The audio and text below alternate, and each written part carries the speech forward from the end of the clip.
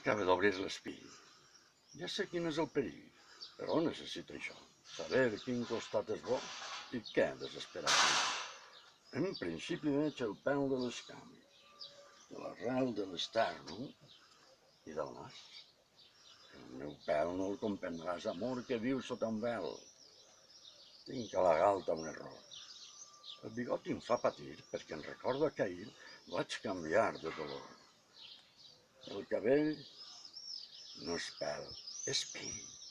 Nascut de sota el cervell arriba a tocar el cor. Si té pèls el cor és cor, i si no és un fàstic vell. El pèl que hi ha sota el braç il·lumina l'aiguarràs. Jo m'aprecio aquest pèl, que ara aniquila el recel i tu mai no ho comprendràs. Com el pèl de l'entrecuix, el pèl de l'espatlla cruix, quan arriba el mes de maig són 17.000 pèls i escaig d'un decímetre de gruix.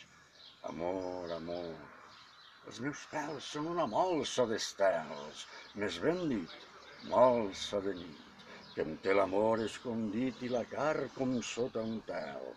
Per a tu ja concebut sóc el pèl de la salut, sóc un exquisit pèl dolç, la primavera en té molts, cada pèl té una virtut.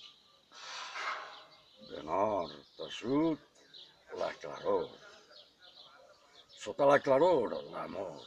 En l'amor el punt marcat. Aquest punt és l'indicat com a penyora d'amor. El sexe té el seu motiu enllà del que l'home escriu. I enllà del que l'home vol, el sexe tot ho resol amb el seu envà de riu.